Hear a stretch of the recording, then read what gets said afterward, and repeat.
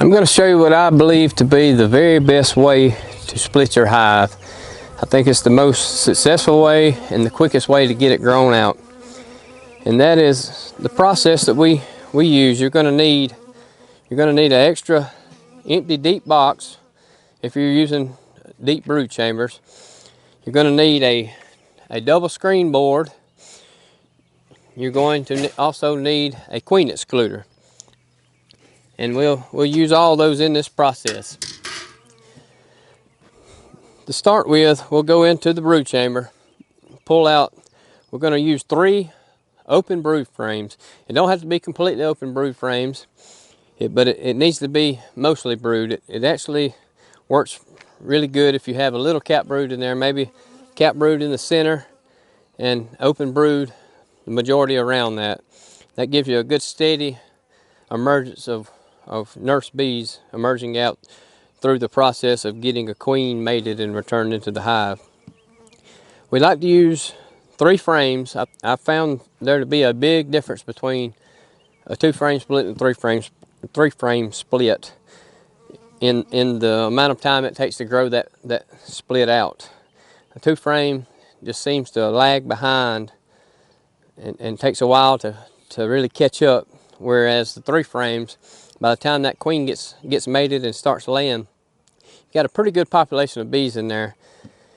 From the time you make the split, add in a queen cell,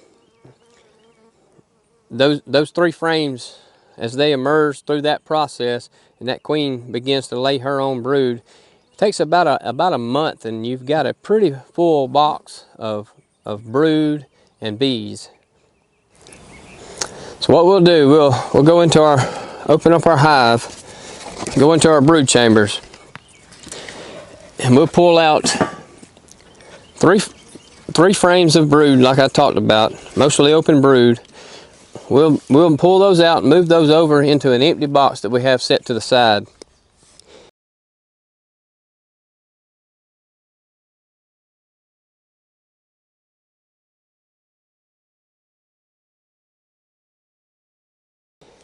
And fill back in where you remove those frames from. Drawn comb up against the brood nest if you've got that, and add in a frame or 2 of foundation. You're also going to want to pull a good food frame out, move it against the wall in your empty box. And we try to always use some foundation back in. If it's a good strong hive, we'll add some foundation back into those empty spots to get some more frames drawn out. But we pull those out over there into the empty box, get the holes filled in back into your original mother colony. You're going to place a queen excluder on top of that hive. And it's the same if it's got to the point where you have supers on, you're gonna remove those honey supers first. Get your queen excluder placed onto your mother colony. You take your box with your 3 frames of brood, frame of food against the wall, fill in the rest. You can use 1 or 2 frames of open, drawn out comb, clean drawn out comb against the brood nest if you've got it. If not, it'll work fine. The drawn out comb will speed the process up a little bit of growing your hive out. Fill the rest in with foundation. Allow those bees to draw some comb while you're waiting on that queen to be mated and returned into the hive. That having a lot of foundation keeps your open comb from filling up with honey as fast, filling up with nectar if the flow's going on. And just keeps them back filling that nest, leaves the queen somewhere to lay once she does get bred, once she gets mated. They'll draw out comb with the use of that nectar coming in rather than just filling up your drawn out comb. We'll get that placed on top of your excluder. You're going to wait, you're going to close it up.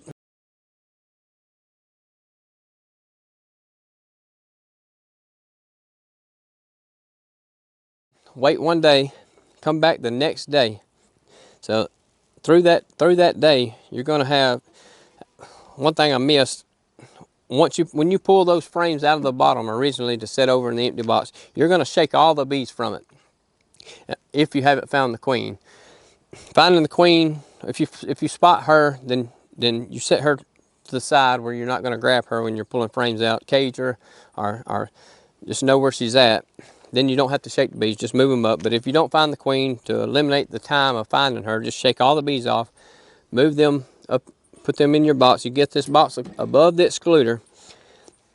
At that point, your foragers are going to stay down low in the hive. Most of the foragers will. You're going to have primarily nurse bees that move up and cover that open brood, and that is the point of moving open brood. Those nurse bees are going to come up, cover those frames, and those nurse bees make the best splits. They're going to stay with your split and cover those frames good. You're going to come back the next day. Your hives are going to be covered with nurse bees. You're going to remove that box once again. Set it over to the side. Remove your queen excluder. If you already have a queen excluder on and have supers on, just like this with your original setup, you'll leave that queen excluder in place where it's at, and then set your supers. You're going to set your supers back on where they were, and then install your box on top of this using your double screen board. This is what's going to separate your colony the next day. So you place your double screen board above your super, add the box. If you didn't have supers on, then you will just simply remove the queen excluder and add your double screen board right on top of the brood chambers. So that takes those nurse bees that's moved up. This double screen board is going to split the colony in 2 separate colonies, and add your box back on top of your double screen board. Now you've got 2 separate colonies. It's best you can add a queen cell, then caged queen, whatever you're using, but it is better to wait one day, come back the next day, just pop the top back off, place a queen cell or your caged queen in between the brood frames that you've moved up, and close the box back up. Give it if you're using a mated queen, you're gonna want to remove that candy cap, let them access that candy to release that queen. Give it a week, come back and check for eggs in the hive. If you're using a queen cell, give it at least 2 weeks before you open this hive back up.